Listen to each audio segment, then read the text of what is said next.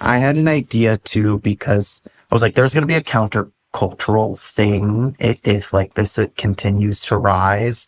And I was like, I want to start selling t-shirts that say like protect the stalls and sell it to conservatives. Like do like guerrilla marketing, sell it to conservatives. So they think that they're like, you know, buying like keep trans women out of our bathrooms. Right. Oh, protect us. And then it's actually yes. And then it's just giving us all that money. Yeah. Exactly. Right? Period. That's really smart.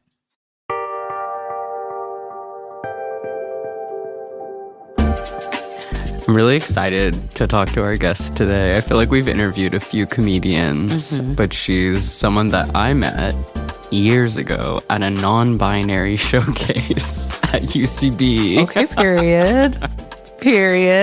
Yeah, so it was like a whole bunch of like improvisers and stand-ups and performers. Mentally ill people. A bunch of mentally ill people with all different GoFundMes. And we're all in one show. So you're all mentally ill and you're all doing comedy. Yeah. Got it. Have you ever been to one of Marley's shows? I haven't, but of course I know her as like the infamous host of Twinks versus Dolls. Yes. As singers every year. She also, I think, bench pressed a twink during one of her shows. She's a comedian. She's like an Olympian athlete. True blue athlete. Like when we lived, like whenever I visit New York, I'll go to the gym and Marley's there. And it doesn't matter what gym. Like we'll just be like, hey. Like I don't even have to text her. I'll be like, oh, I'll see her at the gym. Well, I love that because like I feel like in this world...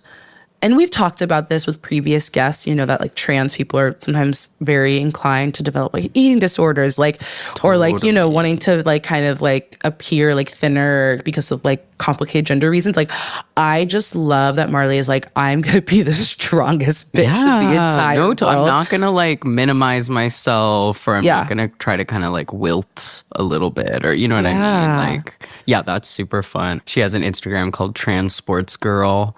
And that's just so fun because you're just like, damn, you really are just good at basketball, tennis, soccer. Like it's like all these sports, and you're like, okay. I'm so jealous. I'd love to be good at like one sport. I know. Including like the sport I did for like 18 years. Like I'm not that good at it. Yeah, I was like fine. Like I never was like excellent, and that's very hard for me as someone who likes to be excellent in everything I do. I was just very like average at swimming despite doing it for like a very long time. Damn. I wish I could swim. I really like I learned how to do the whole like turn at the end of a lane kind of thing. Oh, the flip turn? Know? Yeah. But I like forgot it. But I know people who like swim every summer and go. Like there are a lot of pools around LA. I could teach you. I was a swim instructor. I would teach like, but I would teach like 3-year-olds, and that's perfect. No, that's where I'm at. That's where I'm at. Like starfish on your back. Okay, blow bubbles in the water as you kick. Blow, blow, blow. Oh my God. So I got you, babe. I see a future for you. I was excellent at. And again, that's really important to me. Listen, Marley would understand. And she really would. There's excellence of an athlete. There's a competitiveness with the two of you.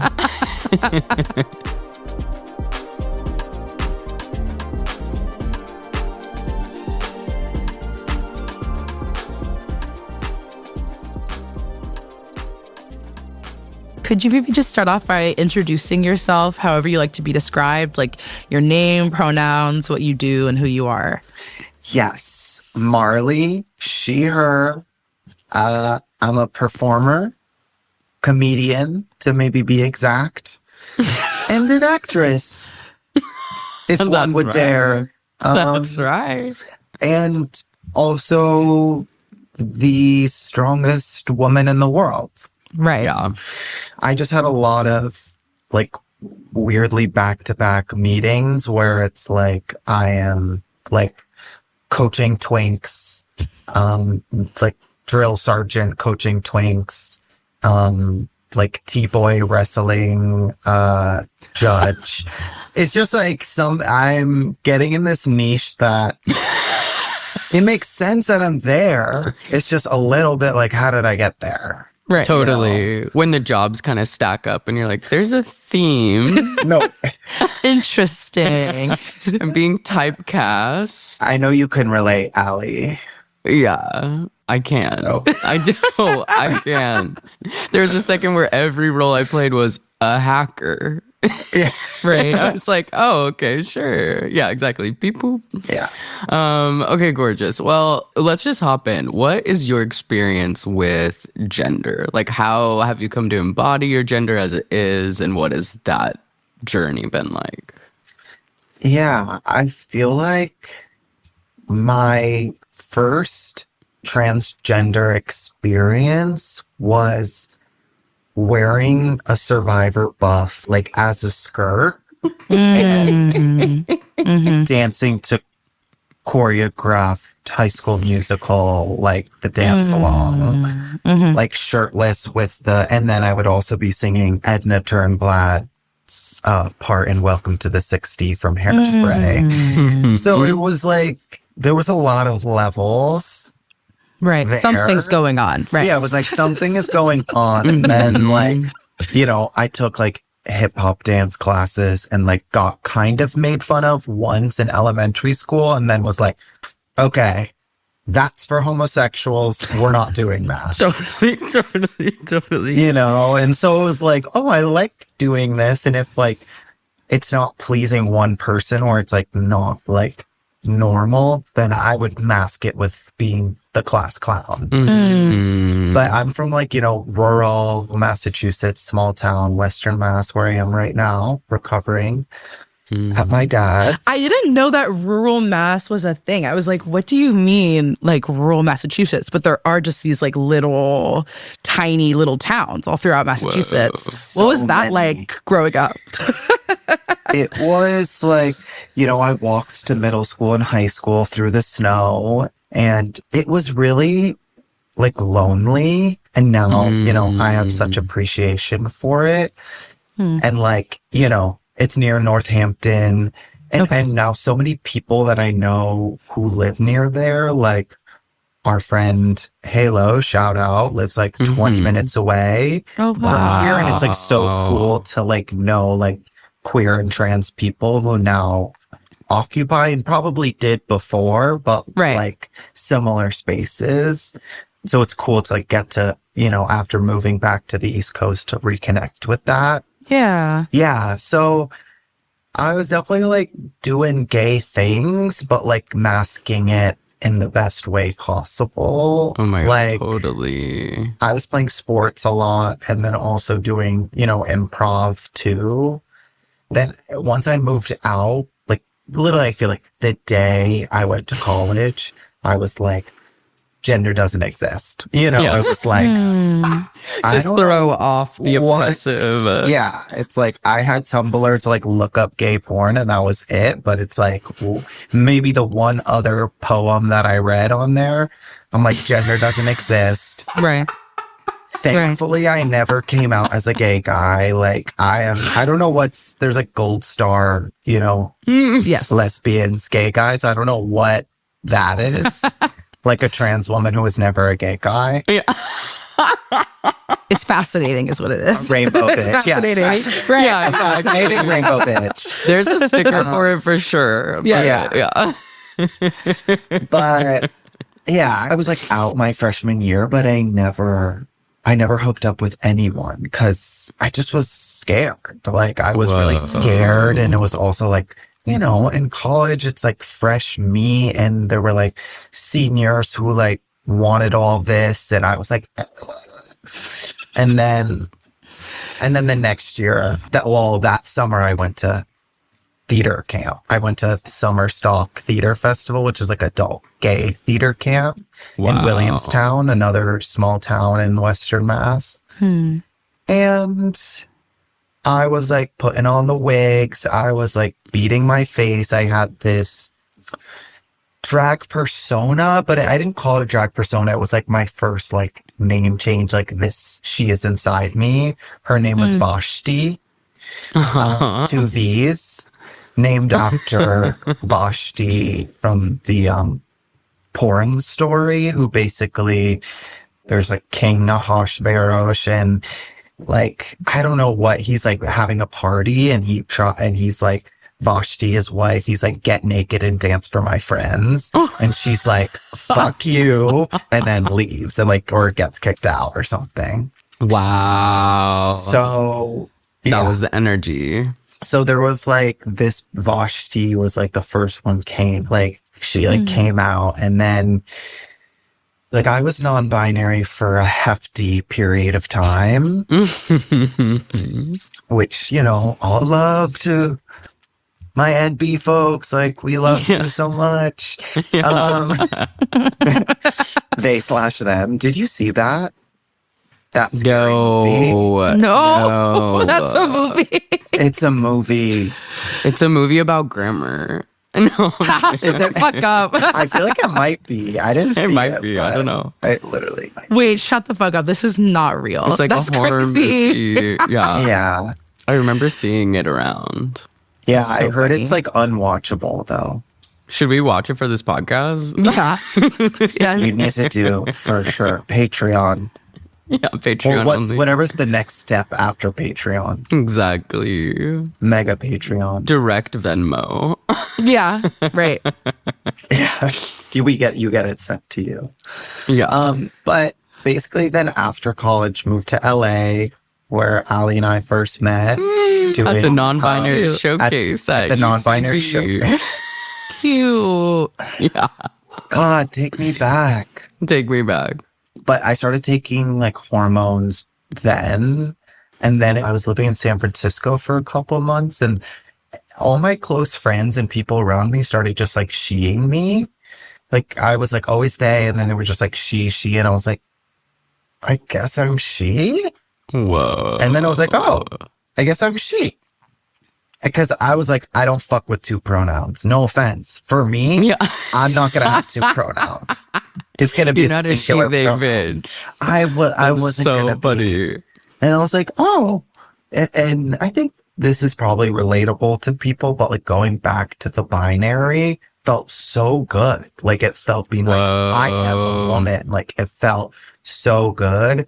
And then of course now I'm like feeling more non-binary than I ever have because of the constriction of the binary in the first place that I was trying to run away from. Is like, well, actually, you know, like I think there's always something non-binary about transness, no matter like how stealth or cis passing you want to or try to be. Just maybe my opinion, but usually I'm right. That's so interesting. It's pretty interesting to be coming out at this time because non-binary in queer spaces is like kind of like a majority position or something. You know what I mean? Like it makes sense that felt really comfortable for you for a while, but then there was a moment when you were like, this isn't quite the fit. Like it's just ever evolving. And for you, that was like binary transness or like just like womanhood in this way that felt good to you. Yeah, it was like something that it was like, oh, that little kid always wanted when I'm like tucking with like the Survivor buff and the skirt where it's like, well, why can't I have a vagina? And then it's like, oh no, Totally. you are the vagina girl. Like you embody, you know? So yeah, it is cool. And like, I remember my mom was always asking like, you know, in each step of like my medical transition, like, so are you transitioning to a woman? Like, are you transitioning? I'd be like, no, mom. Totally. No, like, you don't get it. I'm like always going to be non-binary. And then it's like that call had to come and be like, so yeah, I am one of those people who you actually are too. Yeah. Right. Yeah. So that's kind of my gender journey. And then now I'm like back in New York where, you know, my family is from the Bronx, like New York Jews, having relationships with people who I was friends with like pre-medical transition or, you know, childhood and college. And then, you know, I think for a while I was running away from a lot of stuff and I had to run away.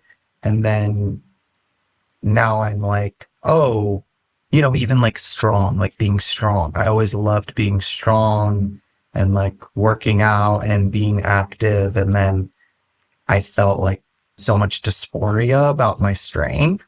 And now I'm like, no, people love a strong woman. Like, it's the same thing with trans women where it's like, oh, maybe people have too much shame where they can't actually express their desires. But like at the end of the day, it's like, oh no, that's me likey.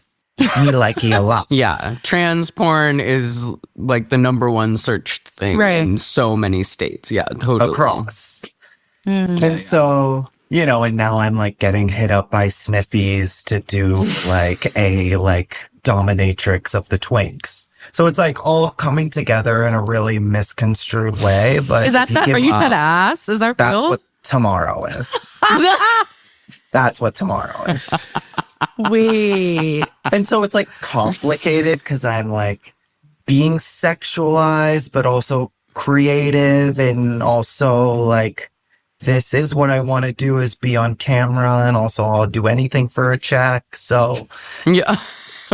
Yeah, totally. And it's like literally for like gay and straight DL men to fuck. It's sniffy. Like that's it. And I think like it's like most, I don't know the statistic, but I mean, I'm pulling it out of my ass, but I think it's like half straight men that go on that. Yeah, sniffies is crazy from what I hear. Yeah. That's like from what I hear. I've never been on it.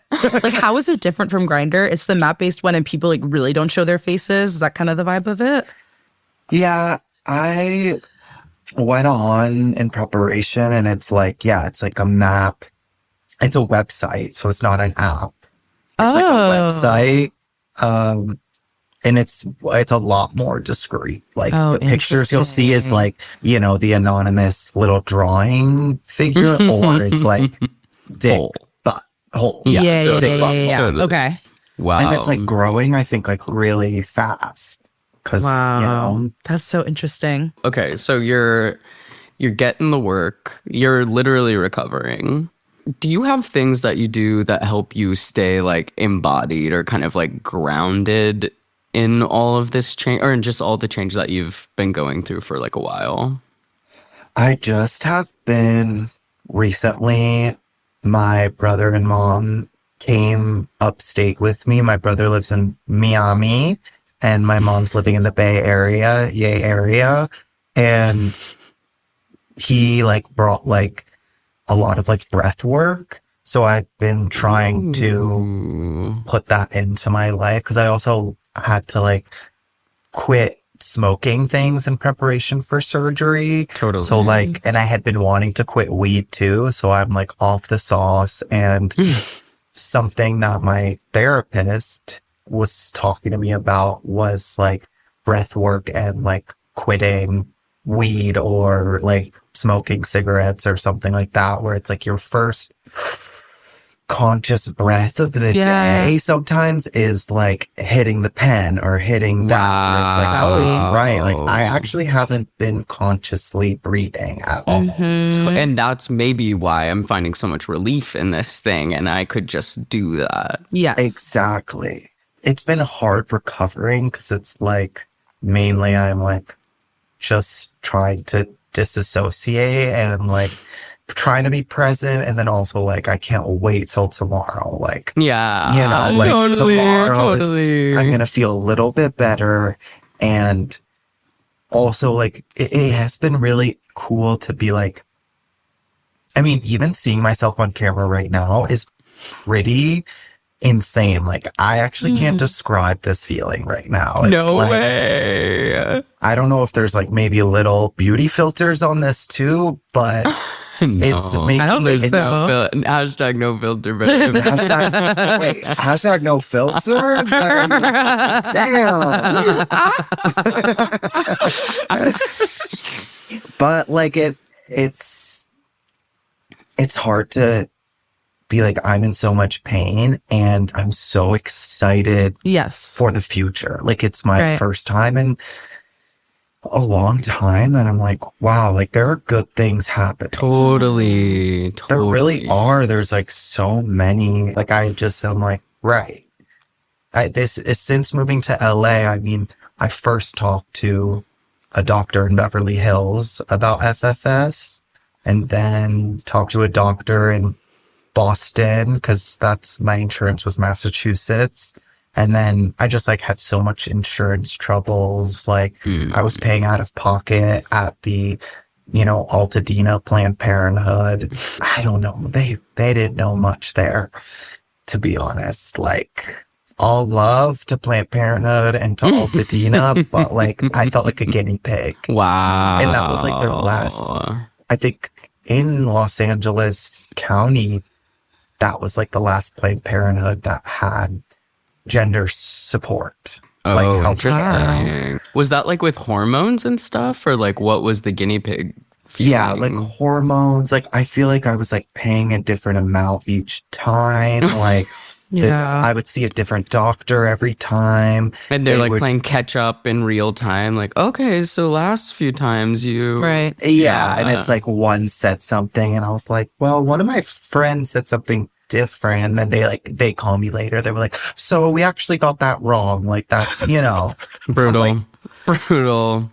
When I first started, I didn't have trans community that much, and I think that was a big part of why I moved to New York, because I'm like, there's almost like too much community here. It's in a nice way where I'm like, we don't have to get along. Like, I don't need to get along with everybody. We don't all need to be friends, actually, because there's so many of us. No, it's like, I actually hate some of you. It's like that's I despise some of you a lot. And like, we deserve that. We deserve plenty. Totally. We deserve like all these having things. options. Yeah. And maybe, I mean, I know it's ubiquitous in LA too, but I think probably because of the urban sprawl, it's harder to connect to people in that way. So I felt really alone going through it there. Totally. And then, in New York, I've never had, more doctors. Like, I feel each part of my body is so taken care of, I feel. Wow. Because it's just like you got recs from friends, you know where to go. Like, it just is like worked out. I'm on a Medicare, which is like Medicaid, and it's a very good insurance plan for trans healthcare in the state of New York. Whoa, cool. Then I go to Cal and Lord, which all the queer and trans people go, basically. But it's like, I have a psychiatrist, I have like, a therapist, like all covered. Like, I have primary care, like all gay, trans. Like, I have, somebody called me the other day for like a surgical or surgery doula. So someone just like check in on me. Oh my God. Fuck, that's amazing. Yeah, it's awesome. Really cool. And I've just had like a lot of also other medical things I've been dealing with this year. And so to like have a team, especially if I had to like go in all the time and, just like talk to, where it's like, I know they're supportive and they are so knowledgeable, because I mean, my old therapist was like, they shouldn't have, well, speaking of sharing a therapist. We had the same therapist. Yeah. We had the trans whisperer, cis woman therapist. Oh. But now, my last therapist in New York, I was like saying something about comedy, and they were like, oh, I just saw like another trans woman comedian right before you. I'm like, Like, I'm girl, not who? the only one. I'm like, yeah. It's like, who? It's like, I'm sure we're friends. And it's like, it's like the other end of the spectrum where it's like the opposite of guinea pig. Capybara. Yeah, totally. You know? Right. Right. And then my surgery was through Mount Sinai. So I got my friend Esther Fallick, another amazing comedian, saw this doctor, Bella Avanesian, out of Mount Sinai. And I just loved the work that she did. I love calling it the work. I'm like, yeah, totally. Your face. I love your face. Yeah, totally. And so then I, called her up. It took a year to be on the wait list. And then basically, that was January 2024. And then January 2025, I had the appointment. And then they said, everything's all good. I came with my letters. I met with the surgeon. I had certain things that I wanted. I knew I wanted brow bone shave. And maybe hairline. And then I was like, what, do this. I'm interested in this. And she basically went feature by feature when she was like, you're beautiful. And I was like, Aww. I was like, thank you. And she worked with me of I also had just auditioned for Survivor the first time. So I was like, so I might be on national. Yeah, no, it's, I was like, I'm going to be on national television, so it's scars have to be minimal. So she's like, okay, so maybe we don't do this. It's like, girl, oh my God. You were certain. I'm going on. Yeah. It's next week. Can you do Am this I on be Fiji? healing in a week? Yeah. Can you come to Fiji with me? She also, I didn't realize, in January, I guess she was pregnant because when I saw her the other week, she's due in a couple weeks. It just happened. And then blink of an eye. She's taking photos of me right before I go under anesthesia. Turn to the left, turn to the right. She gets a call from her doctor. And her doctor tells her she's anemic. And she's like, I gotta take this. I'm like, you're fully pregnant. I'm like, yeah, girl. That's her fourth kid. That's her fourth kid. God.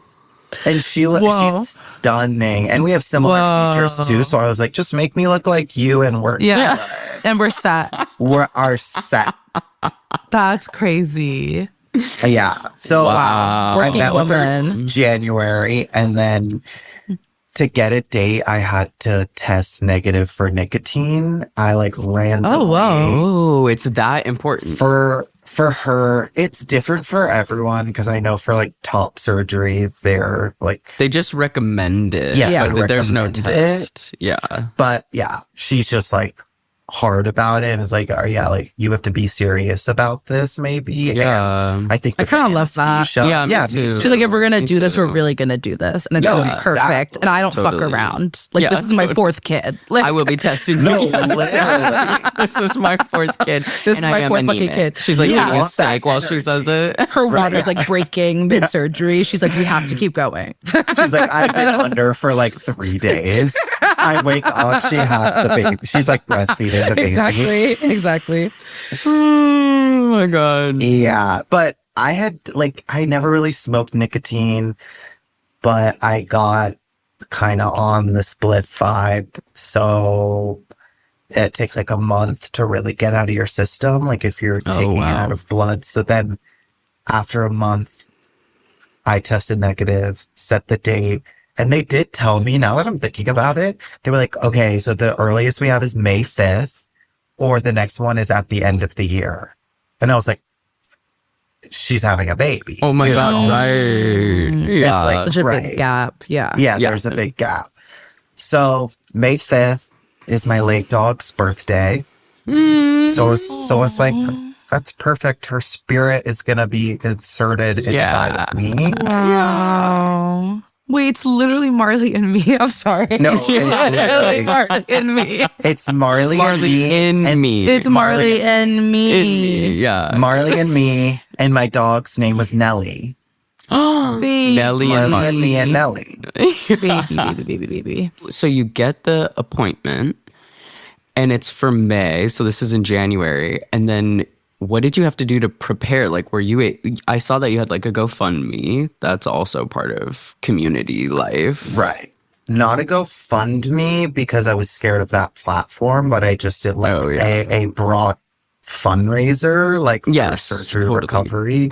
Yeah, there was like a lot of like financial stress at that point, and it's really scary to ask for help. It's like the most terrifying thing ever. And if you're listening to this, give me $1 million. Right, exactly. Exactly. It's so scary. It's so scary. And yeah. and I would be a little bit less scared if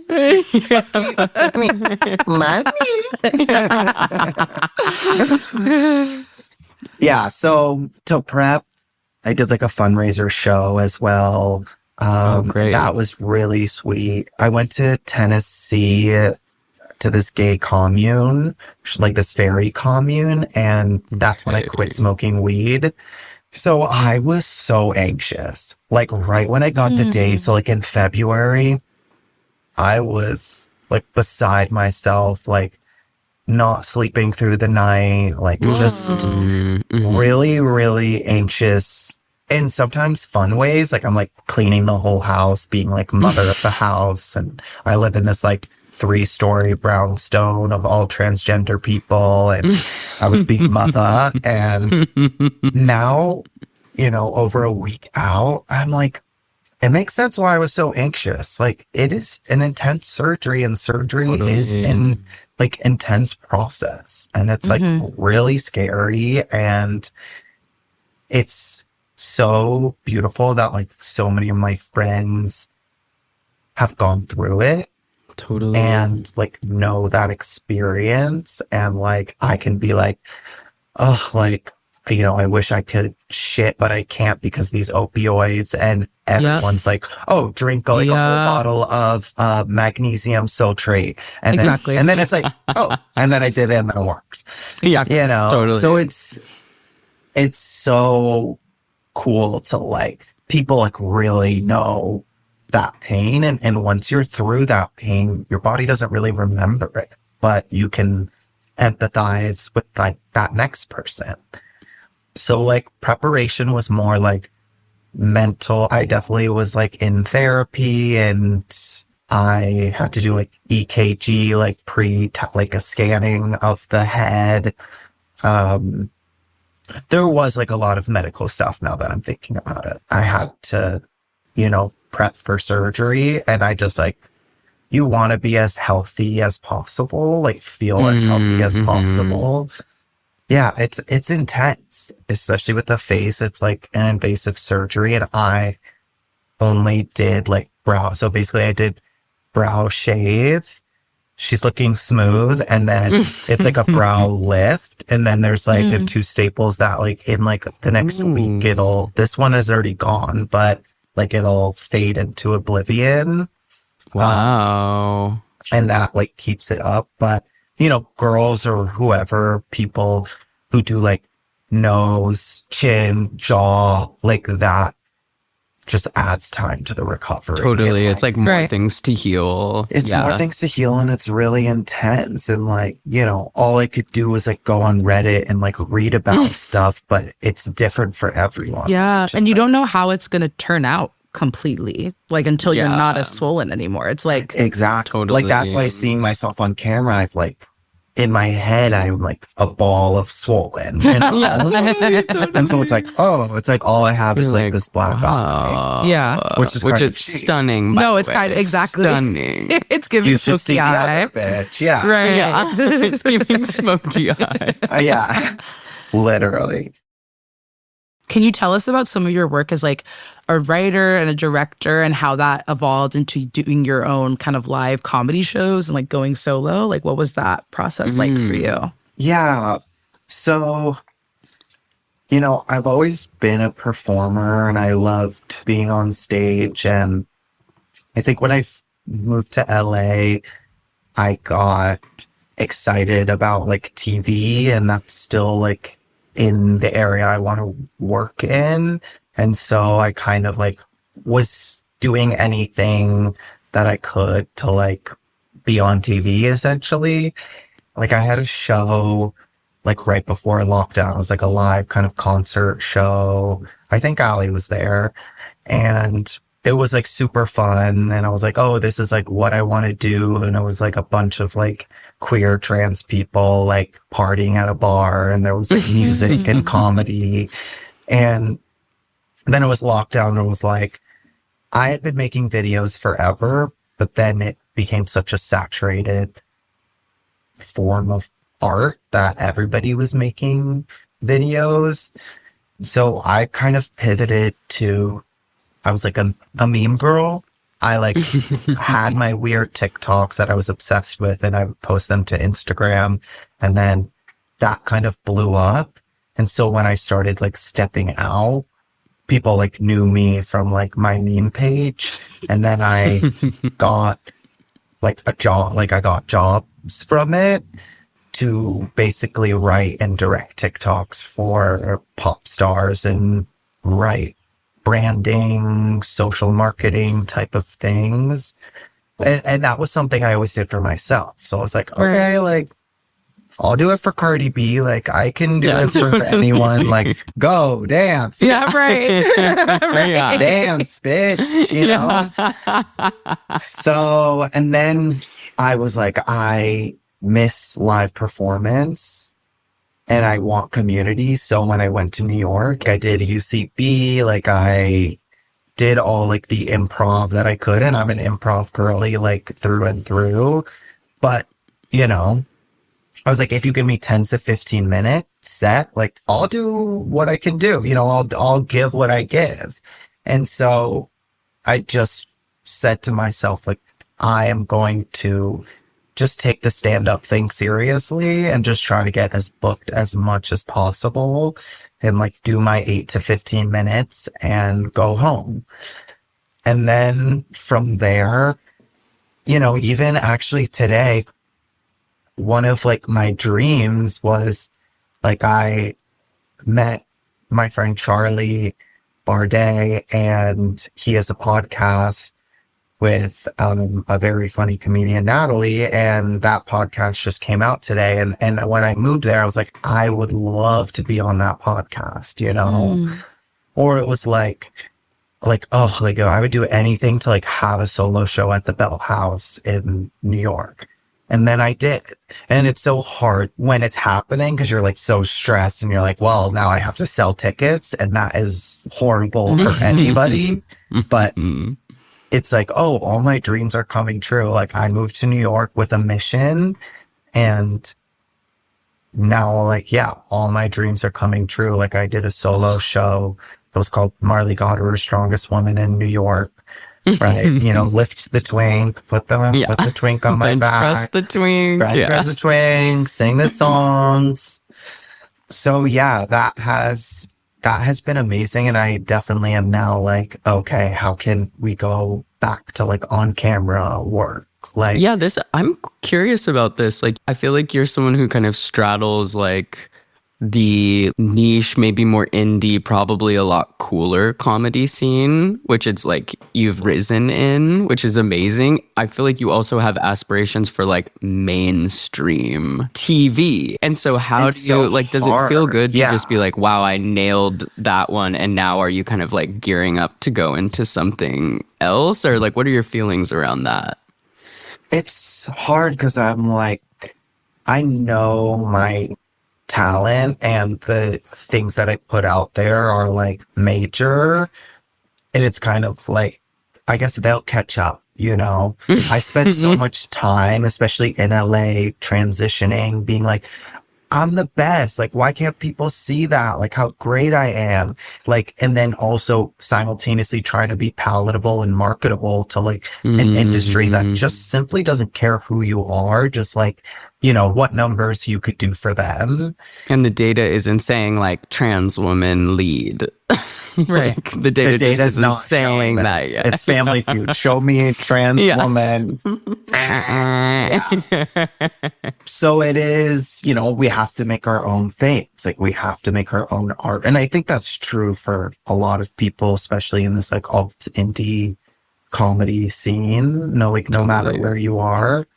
But yeah, I'd love to be mainstream and marketable. Like, I think I'm marketable. And at the same time, I do have this front where it's like, I'm not going to change myself for anyone. Totally. And I'll do anything for a check. So, right, exactly. So she And I'll beat you up. And I'll beat you up. Yeah, exactly. Like all of these things. But I am like, put me in the room with the exec and like, they're gonna love me. They're like, might try to like put their hands down my pants, but like, they're gonna love me. And if I have to sleep my way to the top, they're gonna love me. Right. Can you tell me more about the Strongest Girl in New York show? Or like, what was the genesis for that and how is it working on that? So I have this like page called Trans Sports Girl. Yes. Where it's usually just like me playing sports, and I think I'm gonna like start making like more content. I want to do like a person on the street kind of commentating on like public sports. But I put on these tournaments. I did like a trans like T for T tennis tournament in LA. I did like a couple soccer ones where it was just like a bunch of trans people like playing, you know, quasi competitive. Because you're like an amazing athlete. You're like a really talented athlete. You're constantly on intramural. Like I feel like I've like watched you play so many different sports. I've been like, oh wait, you're good at that too. Like, whoa. Well, when I was like first starting to medically transition in LA and like wanting to like talk about trans women in sports, I was like, wait, I actually just want to play. And like something that like got me through like the immense fear and hormonal ups and downs was like just like letting my body be free on the pitch, you know? Totally. So basically there's that element. And when I first moved to New York, I competed in Twinks vs. Dolls, which is it's like Twinks vs. Dolls Olympics. It's put on by this bar singers, and that's where I'm going tomorrow. Is there's like a camp that I work up at State, Camp Singers, and like that's where I'll be yelling at the Twinks. But they basically just, it's like a competition of licking toes, walking with eggs in your butt cheeks, spitting far, and then it ends in like wrestling in spaghetti or beans. Whoa. And of course, I'm the 2-time champ. And last year, I did squats with the twink, threw him down in the beans, made out with him, and then wrestled some bitch for the title. So, right. Just a regular day. Just a regular day in Marley's life. So I was like, okay, like how can I play into this, like where it's like I can do these like kind of feats of strength music, because I released an album, a live comedy album of that show. Just like, yeah, like music, regular stand-up, storytelling. And my friend Peter Smith, who is an amazing actress, actually made me this for recovery that I've been wearing every day. It says, tranny faggot clown. Aww. Yeah, right. I'm like, oh, Yeah. that's so sweet. That's so thoughtful. That's so sweet. But it's this feeling of like, especially during Pride, I was like, oh, I'm getting booked so much. Like, this is amazing. And like, I would leave feeling this like deep, like sadness and like exhaustion of feeling like this tranny faggot clown where I'm just like performing like vaudevillian style for like all you people for 20 fucking cents. Or it's like a fundraiser. Like, and I sing about that feeling in this kind of auto-tune ballad and the first part of the show where it's like, up on stage, all for you, I'm your tranny faggot clown. Like, I'm covered in weird shit, I'm your tranny faggot clown. So, it's this sense, and I'm gonna be in a music video soon where, of course, I got casted as the clown stripper. Wow. Covered Right. in what? Covered, yeah. You're gonna have to see. You're gonna have to see what I'm covered in.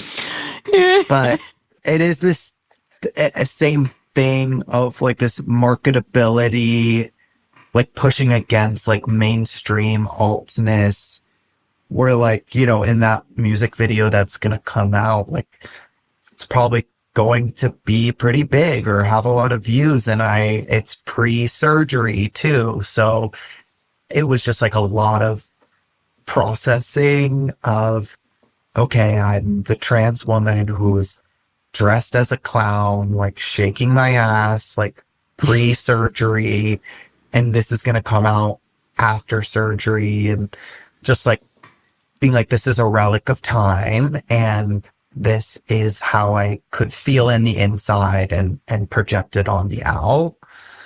And at the same time, I'd love to just be like a girl named Emma who hates her like pastrami sandwich. Totally. Just a basic ass slice of life, not like the clown backflipping. Right. Like, yeah. Although that is inside of me. Like that. Yeah, totally. Yeah. Totally. And so it's, I think in my live and online persona is working with and against these ideas and playing like, I want the audience to be, you know, screaming, dancing, feeling super uncomfortable, questioning themselves, their own gender and their positionality, wherever that is, and then, you know, laughing and dancing again. Like, that's the hope, is that there's like a journey in that feeling. But I feel so lucky that my job and career is spreading joy. That's just what I do. And yet sometimes that joy feels like taken from me, like almost like, not to do a Harry Potter reference, but like Dementor, like, Totally. like it's Totally. like, like I gave you everything that I had, and now I'm nothing. Totally. It's like, how can I actually keep some from you? Yeah. And like, how do you also like maintain these boundaries between like yourself and these different personas, where it's like you said, like there is a part of you that like loves sports and then like, you know, is like really proud of your strength. And then also maybe like strongest girl in the world is you and it isn't you. And maybe like, yeah, like maybe you like being a clown, but then maybe like tranny faggot clown is you and it isn't you. So it just seems like Totally. a delicate dance and like balance. And I could see how it would be important to like keep some of those parts for yourself and not for everybody else on display as well. I had this character that has like been different throughout. Like first it was like Chartreuse, the gender demon. And then it turned into kind of, her name was Devora. And then it's maybe like she Gollum now in a way. But it is, you know, like that voice in your head that is like calling you those names, or like being like, oh, like you're strong, like, oh, you're making fun of you because you're a strong girl. Right. Like, you know, or like you aren't like dainty or cis enough. Right. It's like this gender demon in the head, which is actually just, you know, the voice of like anxious Marley. Wow. I think that's really cool that you do find some joy in a lot of these characters, but it just is true that it would be nice to have the option to play Emma, who doesn't like her pastrami sandwich. You know, Right. it's like, Oh, And that's like the biggest problem she has. Yeah. yeah, she doesn't totally. fuck And with that her is like the sandwich. pinnacle. And that's She's a like billion. season 2 Yeah, finale exactly. issue that comes Like, up. oh my for her. God. no, literally, she's a like main. it. She's a main character. Yeah. That's her like whole story arc, and No, she's in totally. every episode. Yes. And she gets paid so much. Right. You had this post on Instagram recently that was kind of making the rounds, and it was kind of in response to all of the folks wearing those kind of like protect the doll shirts. And you broke down like what protect the dolls should actually like materially look like. So I'll just like read a couple of them. It's like protect the dolls means like not being a complacent bystander, opening your purse, hiring her, booking her, going out of your way to uplift, taking a step back and letting her step up, checking in and offering support, and many more. And I guess I was wondering, could you tell us a little bit about that post and like why you found it important to like make that distinction of like what it actually looks like to protect the dolls? Well, I was like in bed, completely anxious. This was in my like pre-surgery anxiety where I just like felt a lot of anger in like a lot of different ways.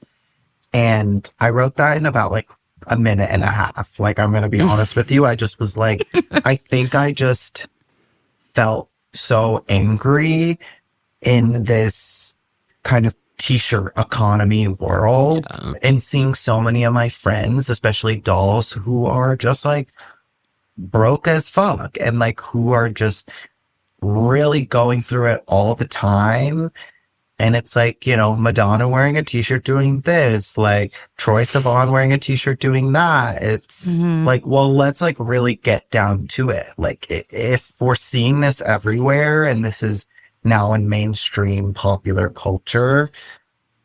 And so I just said what I want. Like, you know, the week before some guy was like trying to fucking kill me in his car. And like, I would love somebody else like get out of their car and like done something, you know, where it's like being a bystander. And then, yeah, just like what I want to see for like my friends, like how I would want to see people being treated, where it's like they're protected, where it's like I'm seeing posts of serial like rapists who are like going across like assaulting trans women and like literally different posts. And I saw one guy who assaulted me and I was like, oh my God, like it's just like jarring. I'm like, not everybody has to deal with that. Like that is not like, these are people who are seeking out the girls and like going at them. So it's like, how can we literally protect them? Is it to give them a gun? Like, do we need a gun? Yeah. Like, do we yeah, you're need, like, I want what material. Yeah, like let's get down. And what's funny that you bring that up, because I actually the other day talked to the person who made that shirt. Ooh. And he like had the best intentions going in and like didn't really think about it that much. And then it like obviously blew up to a proportion bigger than, you know, anyone could have ever imagined. But we had a really good conversation about it. And I think we're probably going to collaborate in the future. I like sent him that list and I was like, you know, maybe it's protect the dolls asterisk and then like the list on the back of the shirt. On the back. Yeah. Like I'm like, that's so good. Because I'm like, it's also like this clout where it's like you want to uplift the dolls if it serves you in some way. Yeah. And it gives so you it's social like capital. Yeah. Yeah. It's like, well, what if it was like the back of Madonna's head and then it had that whole list of how to protect the dolls, where it's actually not about her and it's like, or like a call to action. Yes. Or if a doll was wearing it, it's like a form of like armor. Right.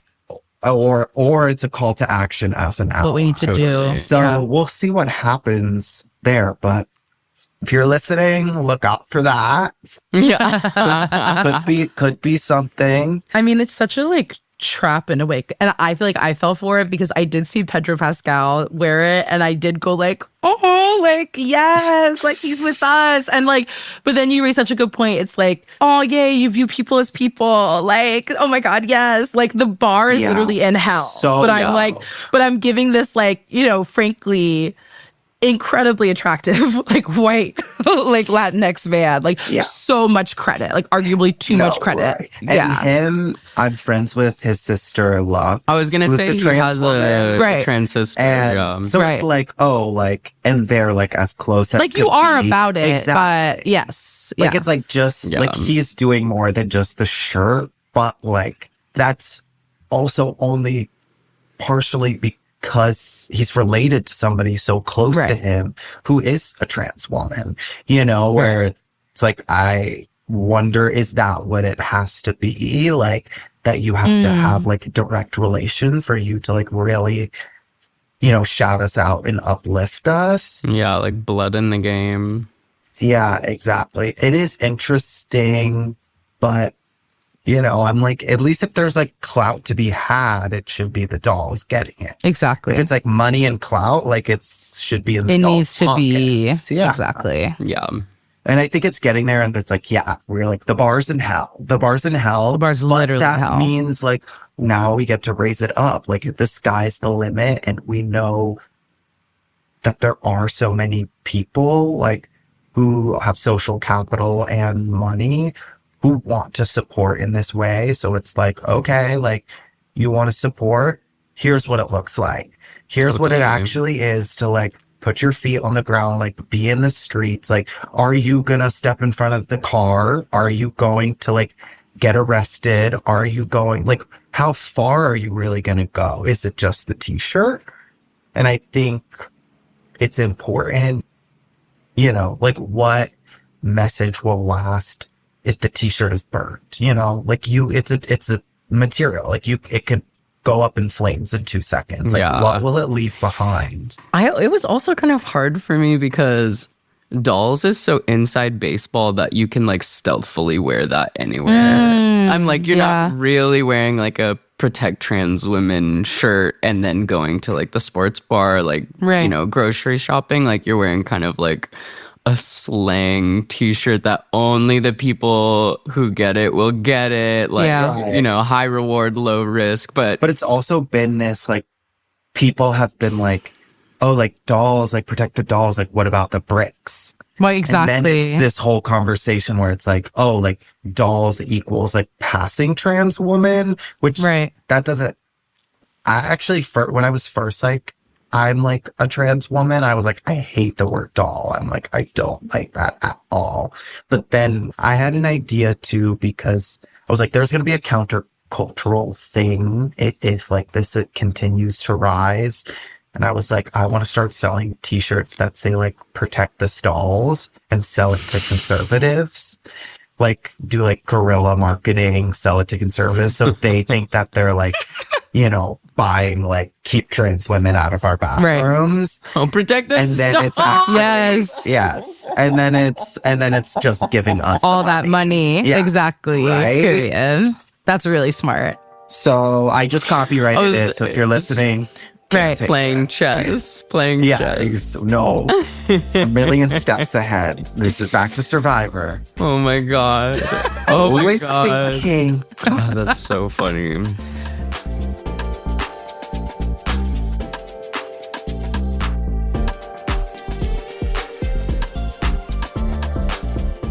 Huge thank you to Marley Gotterer. You can find her on Instagram at Marley is Marley and at Transportsgirl. And those are both linked in the show notes. Gender Spiral is an original podcast from Audiation. This episode was mixed by Matt Noble. Theme music is composed by Chanel Kirchlow, remixed by Daria Lord. Additional music by Command Jasmine, courtesy of Molten Heart, with art by Joey Hahn and graphics by Michael Tyrone Delaney. The show is executive produced by Ireland Meacham, myself, Babette Thomas, and my co-host Ali Beardsley, along with Sandy Smullins, with some additional story editing from Susie Armitage.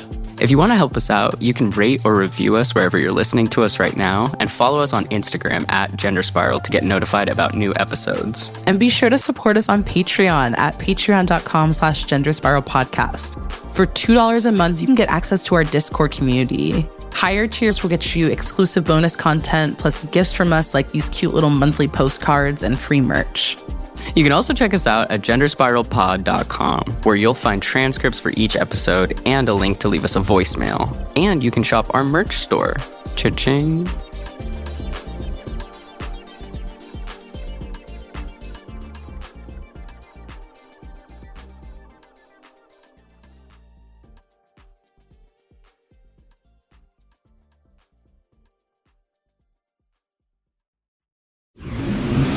Audiation.